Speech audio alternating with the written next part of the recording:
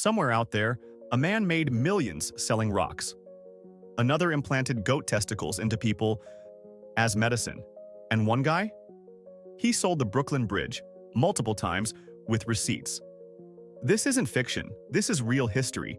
Just the dumbest, weirdest, most face-palming parts of it. These are 33 scams so ridiculous you'll laugh, wince, and probably question your own credit card history. Let's go. 1. Imagine buying the Brooklyn Bridge. Not a timeshare, the actual bridge. Now picture doing it with a receipt from a charmer named George C. Parker, the undisputed heavyweight champion of con artists. His specialty? Selling New York City landmarks to gullible tourists like they were cheap souvenirs. The bridge itself? Sold dozens of times. The Statue of Liberty? Practically given away. Madison Square Garden? Yours for a firm handshake and a wad of cash. Some buyers, bless their hearts, even tried setting up toll booths on public property before police gently informed them, "Sir, you own precisely 0% of this structure." If sheer, unadulterated audacity was a stock, George would have made Elon Musk look like a small-time street vendor. His confidence was truly next level, an art form. 2. Dr. John Brinkley, a visionary or a menace depending on your pain tolerance, gazed upon a goat, then a man, and had a medical epiphany that surely violated several laws of nature and good taste. His revolutionary treatment for impotence? Surgically implanting goat testicles into human scrotums. Because the 1920s were apparently a free-for-all carnival of quackery and questionable life choices, people actually lined up for this. He became fabulously wealthy, bought a radio station to broadcast his genius, and ran for governor. Twice. Let that sink in. A man inserting goat gonads into people nearly governed a state. Never mind infections or the Grim Reaper knocking. Folks swore they felt younger, possibly from the sheer terror of having barnyard anatomy stitched to their person. Pure madness. 3. The pet rock wasn't some clever metaphor for modern alienation. It was, quite literally, a rock. A smooth, ordinary stone, nestled in a cardboard box complete with air holes, as if it might suffocate from its own geological inertia. In 1975, a marketing genius named Gary Dahl wagered that the public was collectively bored enough to purchase inanimate objects as companions, and the public promptly responded, "Here, take all our money." Each rock came with a meticulously crafted training manual, detailing its non-existent needs and 0 personality traits. Dahl became a millionaire overnight, all for selling stones he likely picked up from a beach. Somewhere, a caveman who actually used rocks for survival is spinning in his shallow grave, utterly baffled by capitalism and its wonders. 4. Gregory McGregor, a Scotsman with more audacity than a cartload of monkeys attempting brain surgery, didn't just sell a bridge. He sold an entire fictional Central American paradise called Poyais. Imagine this. The 1820s, no internet, and this dude waltzes into London with forged maps, fake Poyasian currency he probably printed in his basement, and tales of a land flowing with gold, friendly natives, and suspiciously advanced infrastructure. Hundreds of Brits, bless their colonial-era optimism, liquidated their assets, bought Poyasian government bonds, from McGregor, of course, and sailed off to this tropical utopia. What they found wasn't El Dorado. It was a mosquito-infested, disease-ridden swamp with precisely 0 of the promised amenities. Many perished, heartbroken and bewildered. McGregor? He'd already cashed out, probably commissioning a new, even more flamboyant wig. Selling a country? That's next-level scamming, folks. Pure, diabolical genius mixed with absolute sociopathy. 5. Charles Ponzi, the maestro whose name became synonymous with financial fraud, didn't kick off his legendary career with cryptocurrency schemes or luxury yacht rentals. Oh no, he started with something far more mundane: postage stamps.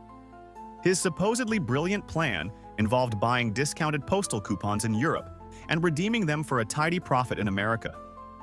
This worked for approximately 5 seconds before he pivoted to the timeless strategy of paying off early investors with money swindled from new, unsuspecting victims.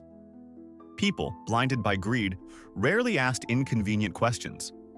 Why would they, when he promised an outlandish 50% profit in a mere 45 days? By the time his house of cards inevitably collapsed, he'd pocketed millions, shattered countless lives, and bequeathed a legacy so profoundly dumb, it's still being emulated today with depressing regularity. 6. In the year 1835, the New York Sun newspaper unleashed what might be the most gloriously outlandish fake news story ever printed. A true masterpiece of journalistic malpractice. They breathlessly reported that scientists had discovered life on the moon. And we're not talking about some boring microbes here. Oh no, this was primetime lunar life. Intelligent bat people, majestic unicorns, shimmering pyramids, and giant, industrious beavers, all allegedly observed through a revolutionary new telescope located in South Africa. Americans, ever eager for a good story, devoured it. Newspaper sales skyrocketed. Even esteemed Harvard scientists were reportedly nodding along, thinking, well, that sounds plausible. It took weeks of fevered speculation before the public realized it was all pure, unadulterated nonsense, concocted by a writer who just wanted to pull a colossal prank on the entire world. And it worked beautifully. 7. Clark Stanley wasn't just a seller of snake oil. He practically invented the term, becoming the P.T. Barnum of bogus bombs.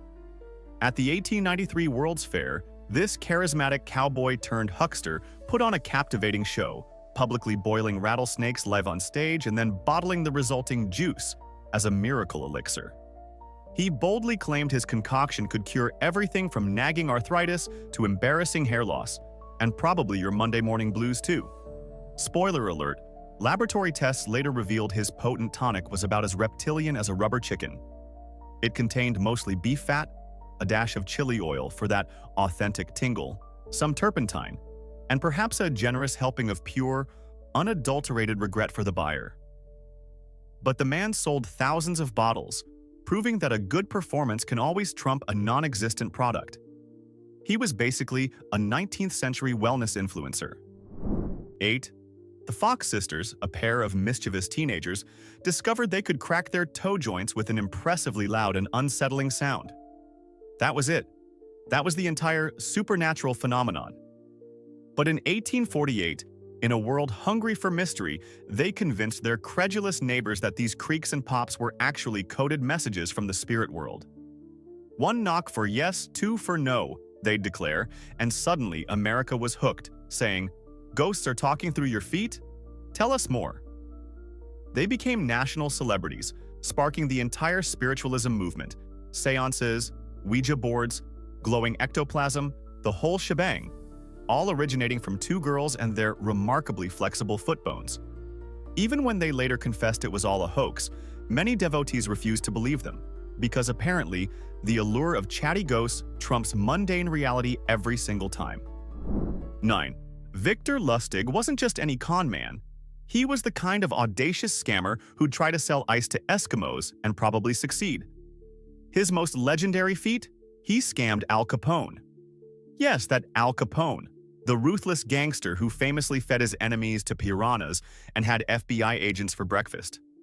Lustig approached Capone with a surefire investment, took a hefty 50 grand from him, then stashed the cash in a hotel safe for 2 long months.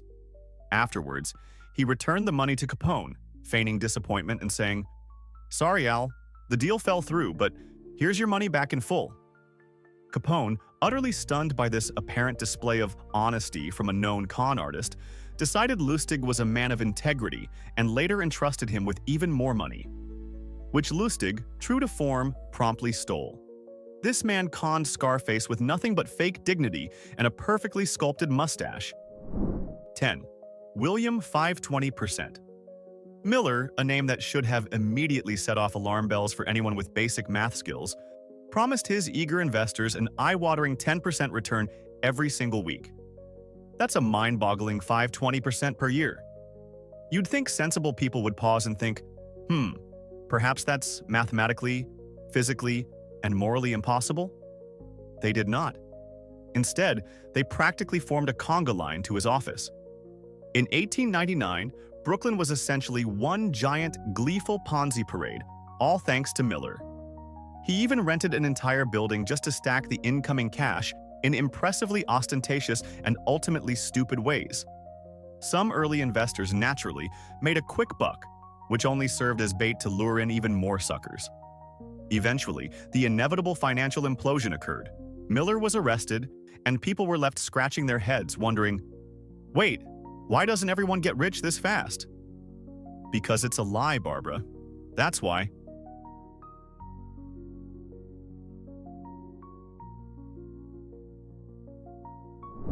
(11) Barry Minka, a name synonymous with youthful audacity and colossal fraud, was a mere teenager when he constructed a multi-million-dollar carpet-cleaning empire, Zaz's best, built entirely on a foundation of audacious lies. He forged countless documents, fabricated insurance claims that would make Hollywood scriptwriters blush, and even created entire fake office buildings just to impress gullible investors and stern-faced auditors. This kid made the infamous Enron scandal look like a poorly planned bake sale. The truly mind-bending twist? He orchestrated this massive financial charade all before he could legally buy a beer, somewhere between enduring high school gym class and battling teenage acne. Eventually, his house of cards collapsed spectacularly, but hey, he got a book deal and a movie out of it. America, it seems, loves a charismatic scammer, especially one who smiles charmingly for the cameras while being led away in handcuffs. 12. Oscar Hartzell, a con artist with a flair for the dramatic and a deep understanding of human vanity, managed to convince thousands of ordinary Americans that they were the direct descendants of the legendary Sir Francis Drake, the famed English explorer and privateer. According to Hartzell's elaborate tale, the British government owed these newfound heirs a colossal multi-billion-dollar inheritance. All he needed from each claimant was a series of small legal fees to help unlock this vast imaginary fortune. People, entranced by the prospect of nobility and riches, sent him money for years. They formed exclusive Drake family clubs, held regular meetings, and proudly wore custom-made crests. One woman reportedly spent her entire life savings chasing this phantom inheritance because, as she put it, she felt royal. Spoiler alert, there was no treasure. There was no ancient estate. There was no noble bloodline. Just a dude in Iowa, probably laughing himself silly in a very expensive suit. 13. In the glorious, unregulated heyday of mail-order madness, when you could seemingly buy anything through the post, one scam shone brighter and dumber than all the rest, selling plots of land on the moon. Yes, you heard that right, the actual moon. A visionary opportunist named Dennis Hope gazed up at the night sky one day, had an epiphany, and decided, you know what? Nobody officially owns that. He then promptly filed an entirely bogus claim of ownership with any agency that would listen or not listen, and began printing impressive-looking deeds for lunar real estate. Tens of thousands of people, bless their optimistic hearts, eagerly bought these slices of the moon. Some gifted them romantically, others framed their certificates with pride, believing they owned a piece of the cosmos. They didn't. NASA, it turns out, does not recognize your lunar condo, Kevin. But the scam, incredibly, still persists because some people just love owning things they'll never ever visit. 14. During the Roaring '20s, Florida wasn't just the land of sunshine, oranges, and burgeoning tourism. It was also the undisputed global capital of deeply questionable real estate deals, a veritable swamp of speculative scams. Vast tracts of uninhabitable swampland were aggressively marketed to unsuspecting northerners as tropical paradise or exclusive waterfront property. Some of these so-called lots were quite literally underwater for most of the year, perfect if you were a family of ambitious alligators. People in chilly Chicago or bustling New York would gaze at glossy brochures depicting swaying palm trees and pristine beaches, only to discover upon arrival that they'd purchased a gator-infested puddle. Developers even built entire fake towns for prospective buyer tours, complete with hired actors posing as happy residents, jaunty music, and complimentary, possibly drugged sandwiches. When the market inevitably crashed, Florida was left with shattered dreams, countless empty lots, and a very confused heron standing where someone's dream living room was supposed to be. 15. Miss Cleo, the iconic television psychic, materialized on late-night TV screens across America, complete with a thick theatrical Jamaican accent, a mystical deck of tarot cards, and psychic energy purportedly so potent she could peer directly into your soul, or, more accurately, your wallet. "Call me now," she'd implore with an air of urgent cosmic wisdom. Millions did, desperate for answers about love, money, or why their toaster kept burning everything. What they actually got was a team of decidedly non-psychic, probably bored, phone operators reading from pre-written scripts and diligently charging an eye-watering $4.99 per minute for the privilege. Spoiler alert, the real Uri Harris, the woman behind Miss Cleo, was born in Los Angeles. Not Jamaican, not psychic, just a brilliantly convincing actress wrapped in a colorful headscarf. The multi-million-dollar scam eventually got shut down, but let's be brutally honest. If you were calling a 1-900 number for profound life advice, that $4.989 was probably a lesson well learned. 16. John Keeley, a man with a fantastic imagination and even better sales patter, invented a supposed free energy machine in the late 1800s that he claimed ran on something he called etheric force. In scientific terms, etheric force translates roughly to complete and utter balderdash. But Keeley was a showman. He gave elaborate, captivating demonstrations, utilized an array of mysterious-looking pipes and gauges, and ensured his machine produced loud, impressive humming noises, which apparently was all the proof wealthy investors needed to throw vast piles of cash his way. For an astonishing 26 years, he successfully scammed some of the richest men of his era with a device that resembled a steampunk espresso maker that had overdosed on ambition. It turns out the contraption was ingeniously powered by a cleverly hidden motor and an inexhaustible supply of his own audacious lies. When he finally died, engineers inspected it and basically said, "Oh, it's just some plumbing and pure vibes." 17. The Cardiff Giant was an archaeological sensation that wasn't. A colossal 10-foot-tall petrified man, supposedly unearthed on a humble farm in Cardiff, New York in 1869. The farmer who discovered it claimed it was an ancient fossilized giant, a relic from a bygone era. Naturally, people freaked out. Scientists engaged in heated debates about its origins. Thousands flocked to the site, eagerly paying for a glimpse of this prehistoric marvel. Then, the rather inconvenient truth emerged. It was actually a giant statue, meticulously carved from gypsum, artificially aged, and then secretly buried on the farm a full year earlier, all part of an elaborate hoax by the farm's owner, George Hull. Even better, the legendary showman P.T. Barnum tried to buy the original giant, was rebuffed, and then promptly commissioned his own fake giant, brazenly claiming his was the real one and denouncing the original as a fraud. So now we had a fake of a fake being called a fake by a master faker. Truly a meta-hoax masterpiece of epic proportions. 18. Step aside, reality TV. Because in 1817, a young woman named Mary Baker, later known as the exotic Princess Caribou, staged the most bizarre social experiment, or perhaps just a desperate bid to escape dreary Devon life. She wandered into an English village speaking utter gibberish, dressed in outlandish clothes, and hinted at being shipwrecked royalty from a mysterious eastern island. The local gentry, starved for excitement and eager to show off their worldly sophistication, absolutely lapped it up. They housed her, fed her, paraded her at parties, and had experts try to decipher her language, which probably consisted of her making funny faces and noises she learned from farm animals. For 10 glorious weeks, she lived like a queen, baffling scholars and charming high society. When a former employer recognized her, the jig was up. But honestly, tricking a bunch of pompous aristocrats into believing you're a pineapple-worshipping princess from Javasu, that's not just a scam, it's performance art of the highest caliber. 19. In the bustling financial world of 1904, two cunning individuals named Adams and Arnold executed the audacious Great Wall Street Gold Hoax. Their ingenious plan involved bribing malleable newspaper reporters to publish entirely fabricated news articles. These articles sensationally claimed that the U.S. Treasury had secretly initiated a massive gold purchasing program, a move designed to artificially inflate gold prices. Unsuspecting investors, gripped by gold fever, went absolutely wild. Gold prices surged dramatically as predicted.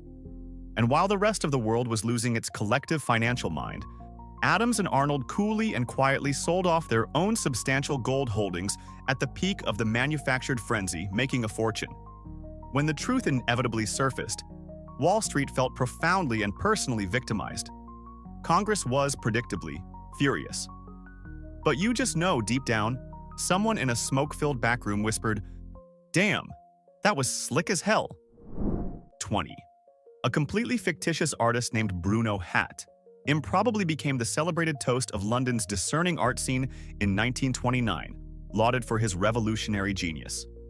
Except Bruno didn't exist. He was the brilliant satirical creation of a group of mischievous, aristocratic pranksters, a circle that notably included the renowned writer Evelyn Waugh. They deliberately produced some truly awful amateurish paintings, slapped on an exotic-sounding foreign name, and boldly staged a gallery show. To their immense amusement, esteemed art critics lavished praise on Bruno's raw, untamed genius and his profound emotional depth. One particularly enthusiastic critic declared that the pieces screamed with tormented geometry. That tormented geometry? Literally just some haphazard triangles doodled during a rather dull tea time. The elaborate prank was eventually revealed in a sensational newspaper exposé, and the pretentious art world arguably hasn't emotionally recovered since that day. 21. During World War I, when tensions were arguably quite high, writer Virginia Woolf, her brother Adrian, and a mischievous posse of pals decided the British military needed a dose of utter chaos. Their master plan? The Dreadnot hoax. They donned elaborate costumes involving blackface, outrageously fake beards, and majestic turbans, proclaiming themselves to be Abyssinian royalty. The esteemed Royal Navy, bless their formal hats, welcomed these dignitaries aboard the HMS Dreadnot with full military honors, a guided tour, and a band enthusiastically playing the national anthem of a country that existed only in their imaginations. The pranksters communicated in enthusiastic gibberish and saluted with the grace of startled flamingos. The Navy only clued in after the glorious stunt hit the newspapers, then hilariously tried to arrest them, presumably for excessive fabulousness and making them look silly. 22. Lou Pearlman, the Svengali behind saccharine pop sensations like NSYNC and the Backstreet Boys, wasn't just minting boy bands, he was also orchestrating one of the longest-running and most audacious Ponzi schemes in music history. While producing chart-topping hits and cultivating legions of screaming teenage fans, he simultaneously ran a completely bogus investment company. This phantom enterprise conned elderly retirees, naive dreamers, and even his own band members out of an estimated $500 million. He expertly faked bank records, invented entire phantom airlines to bolster his fake credibility, and shamelessly used photographs of random private jets as proof of his immense non-existent assets. It was as if Simon Cowell had decided to moonlight as the Wolf of Wall Street, but with significantly more frosted hair tips. When it all inevitably crashed and burned, the music may have stopped, but the sheer, unadulterated cringe factor? That, my friends, is eternal. 23. Gaylord Wilshire, yes, the very same real estate magnate for whom Los Angeles' famed Wilshire Boulevard is named, once embarked on a bizarre quest to cure every disease known to humankind using a belt. But this wasn't just any ordinary belt, mind you. This was the Iona-CO electric belt, a miraculous contraption which, according to his wildly optimistic advertisements, magnetized your blood. It promised to cure everything from persistent headaches and chronic back pain to failing eyesight, perpetually bad moods, and probably even your deeply disappointing marriage. The device itself looked like something Batman's significantly less cool and slightly sad uncle might wear on a particularly off day. Thousands of people, desperate for relief or perhaps just incredibly gullible, bought it, wore it religiously, and swore it worked wonders. Of course it didn't. It was merely copper wire, some padding, and a whole lot of shameless marketing hype. 24. There existed a peculiar era in American history when normally sensible people thought it was a perfectly reasonable idea to invest their hard-earned money in a completely non-existent, fantastically wealthy estate supposedly located in Philadelphia. The infamous Baker estate hoax managed to persist for over a century, successfully convincing tens of thousands of hopeful individuals that they were legitimate heirs to a mythical, colossal fortune. This fortune was allegedly left behind by a man who, spoiler alert, didn't actually leave jack squat to anyone. People held enthusiastic family reunions, diligently signed petitions, formed dedicated committees to pursue their claims, and collectively sent vast sums of money, lots and lots of it, to so-called lawyers who consistently promised they were this close to unlocking the imaginary treasure. Generation after generation fell for this enduring delusion, a testament to hope. 25.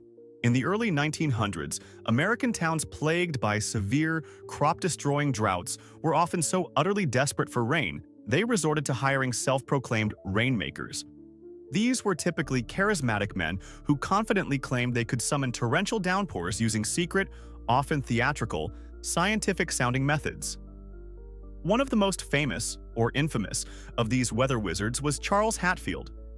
His technique involved mixing a mysterious concoction of chemicals in giant, ominous-looking barrels and then patiently waiting for the clouds to gather and weep. Sometimes, coincidentally, it rained. Sometimes, unsurprisingly, it didn't.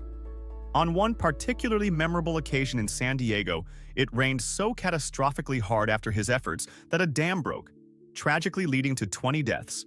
And the city, in a bizarre twist, sued him not for failing to make rain, but for making far too much of it.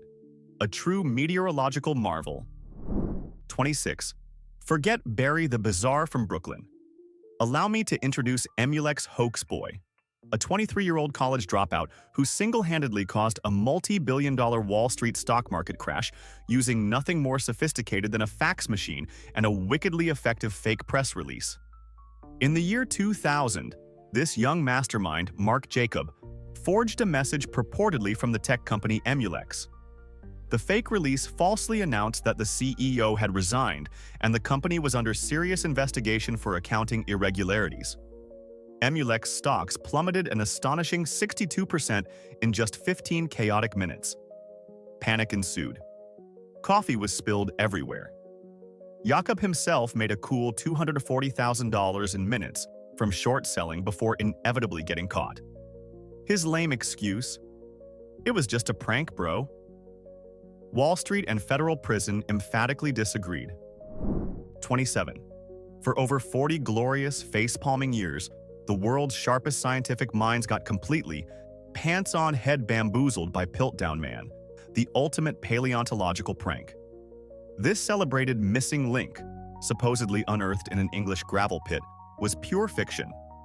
Picture a medieval human skull brutally fused with an orangutan's jaw, plus some chimpanzee teeth artfully filed down and tossed in like bony confetti.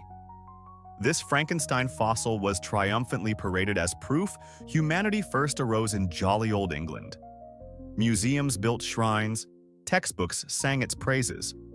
The truth, exposed decades later, revealed some still unknown genius trickster had meticulously faked everything, staining bones to look ancient.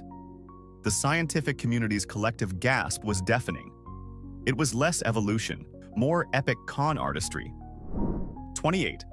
Let us now get mechanical, or rather, deceptively so.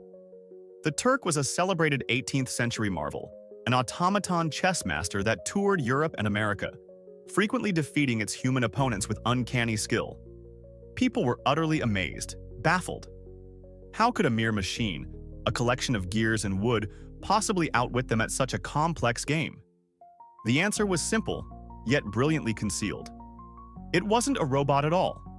It was a human chess master, cleverly hidden inside the large cabinet beneath the chessboard. Crouched uncomfortably in the machine's guts, dressed in black to avoid detection, this hidden operator sweated through countless checkmates. The entire elaborate illusion captivated audiences for decades, even fooling luminaries like Napoleon Bonaparte. Centuries later, we realized the machine possessed no genuine artificial intelligence, just excellent internal posture and a very cramped, highly skilled assistant. 29. Three-card Monte. The street con so classic. It practically has its own museum exhibit in the Scammer Hall of Fame. It's a beautiful ballet of deception, where a fast-talking dealer with hands quicker than a caffeinated squirrel invites you to find the lady, usually the queen, among 3 cards. Seems simple, right? Wrong. So very wrong. The dealer, often working with a crew of shills, fake players who win to lure you in, uses expert sleight of hand, misdirection, and a patter so confusing it could tie your brain in a pretzel. They might even let you win a round or two, just to inflate your ego and loosen your wallet. Then, bam! Your money's gone, vanished faster than a politician's promise. Even people who consider themselves sharp as a tack have been fleeced by this timeless hustle, because it preys not just on greed, but on our very perception of reality. It's less a game of chance and more a psychological magic trick designed to empty your pockets. 30. Back in 1983, the German magazine Stern dropped a bombshell that made historians spill their coffee. They discovered Adolf Hitler's secret diaries. 60 volumes of the Führer's innermost thoughts, his doodles, his grocery lists, probably. The world went bonkers. Media outlets paid millions for serialization rights. This was the historical find of the century. Until, oops, it wasn't. The diaries were, in fact, forged. Spectacularly, comically badly forged by a con artist named Konrad Kujau, who was more skilled at swindling than, say, accurately recreating Nazi-era paper and ink. Experts who initially authenticated them suddenly developed intense fascinations with the floor. The content was so anachronistic and bland, it was like Hitler had dictated his memoirs to a bored teenager. The fallout was immense, a global facepalm moment, proving that if a story is juicy enough, even experts will temporarily misplace their critical thinking skills. 31. In the year 1980, not 1970, a man named Dennis Hope, possessing either audacious vision or an extraordinary misunderstanding of property law, gazed up at the moon and had a thought that would launch 1,000 novelty deeds. Hey, nobody actually owns that thing. So, he did what any enterprising individual with a printer and a surplus of confidence would do. He claimed it. All of it. He diligently filed paperwork with the United Nations, who likely filed it in the circular bin, grandly declared himself the president of the galactic government, and began selling lunar real estate for the bargain price of about $20 an acre. That's right. He built an entire business empire selling chunks of the moon to hopeful Earthlings. People, including celebrities, bought thousands of acres. He even expanded his celestial portfolio to include land on Mars, Venus, and Pluto. No one could legally stop him because, technically, existing space law, written by sensible nerds, didn't quite anticipate interstellar capitalism on this level. 32. The Great Moon Hoax of 1835 was the 19th century equivalent of a sensational, breaking news, aliens confirmed. Headline: a viral sensation before viruses were even understood. The New York Sun newspaper published a series of astonishing articles claiming that eminent astronomers, using a revolutionary new telescope in South Africa, had discovered intelligent life on the moon. And we're not talking about some boring single-celled organisms. No, this was a veritable lunar menagerie featuring man-bats, elegant unicorns, and highly civilized temple-building beavers. Readers across America went absolutely feral with excitement. Churches held solemn discussions about the theological implications. Scientists reportedly nodded thoughtfully, perhaps wondering how they missed this. Few bothered to ask the obvious question. Wait, how exactly did they see all that detail from a telescope on Earth? Newspaper sales exploded. The writers made a fortune. When they finally admitted it was all a brilliantly concocted fiction, the public largely just shrugged and said, "Ah, fair enough then." 33. Before email scammers begged for your bank details to unlock a Nigerian prince's fortune, there was the Spanish prisoner letter, the OG advance fee fraud that's been parting fools from their money since the 16th century. Imagine getting a desperate handwritten plea. A wealthy nobleman, unjustly imprisoned in Spain or some other exotic locale, needs your help. Just a small sum, you understand, to bribe a guard, secure his release, perhaps buy a really good lockpick. In return? Oh, just a massive share of his hidden treasure, and probably the hand of his beautiful, conveniently single daughter. People, high on visions of gold doubloons and damsels, actually sent money. For centuries. The prisoner, of course, was as real as a unicorn riding a unicycle, and the hidden treasure was safely in the con artist's pocket. It's a timeless testament to how a good sob story, a dash of greed, and a sprinkle of romantic fantasy can make even sensible people do incredibly dumb things. Some scams never die. They just update their letterhead. Which of these scams made you question reality the most? Goat testicles, the pet rock, or selling the actual moon? Drop your pick in the comments, or better yet, invent your own ridiculous modern scam. The most absurd one gets pinned. If this video made you laugh, cringe, or say, "No way, that's real," smash that like, hit subscribe, and stick around. Because history isn't just weird, it's getting weirder.